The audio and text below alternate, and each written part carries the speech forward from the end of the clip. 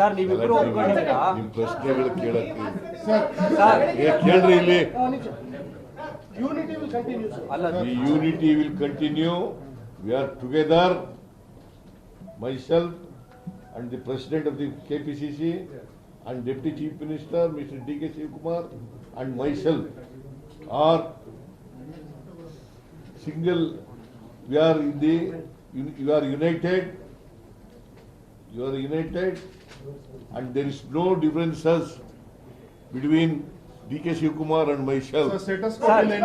Sir ನೀವಿಬ್ರು ಯಾವುದೇ ರೀತಿ ಭಿನ್ನಾಭಿಪ್ರಾಯ ಎಲ್ಲ ಒಟ್ಟಾಗಿ ಹೋಗ್ತೀವಿ ಅಂತ ಒಪ್ಕೊಂಡಿದ್ದೀರಾ ಸರ್? ಇದೇ ರೀತಿ ಶಾಸಕರುಗಳು ಮತ್ತೆ ಸಚಿವರುಗಳು ಕೂಡ ಇದೇ ರೀತಿ ಅವರು ಕೂಡ ಯಾರು ಕೂಡ ಸರ್ಕಾರದ ವಿರುದ್ಧ ಇಲ್ಲ.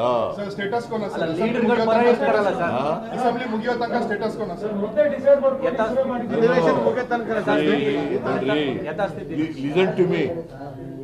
Listen to me. See, the High Command, whatever decision it takes, both of us will obey. Sir DK sir ಕೊಟ್ಟ ಮಾತಿನ ಚರ್ಚೆಗೆ ಪರಿಹಾರ ಏನಾದರೂ ಕಂಡುಕೊಂಡ್ರೆ ಸಿಎಂ ಮಾತಾಡ್ತಿದ್ದಾರೆ. ಸರ್ ಕೊಟ್ಟ ಮಾತಿನ ಚರ್ಚೆಗೆ ಪರಿಹಾರ ಏನ್ ಕೊಟ್ಟ ಮಾತು? ಹೈಕಮಾಂಡ್ ಹೇಳಿದ್ರೆ ಮಾಡ್ತೀವಿ ಅಂತ ಹೇಳಿದ್ಮೇಲೆ ಕೊಟ್ಟ ಮಾತಿನಂತೆ ಅಲ್ಲ ಸರ್. ಕೇಳ್ತಾ ಇದೆಯಲ್ಲ, ಗೋ together. Sir, can you clarify if the 2.5 years agreement is there or not?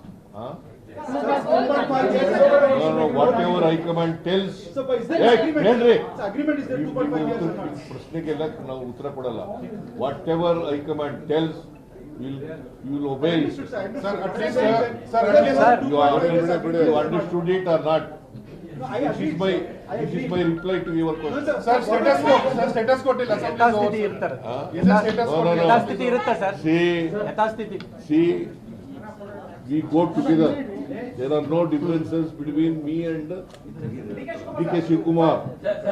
We face the election, assembly. We have worked out a strategy how to face the BJP and JDS, and you will face it. ವಚನ ಅಂತೆಲ್ಲ ಹೇಳ್ತಾರಲ್ಲ sir. I don't know.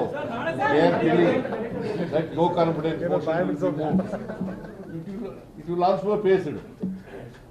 Or adjournment motion, if they want to bring, whatever discussions they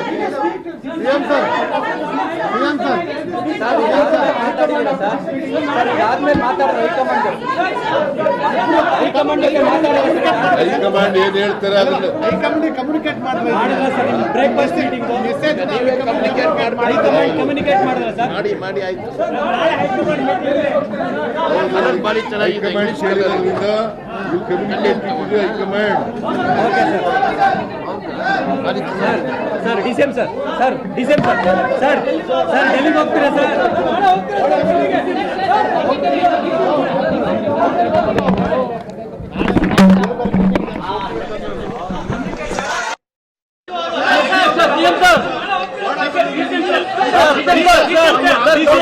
sir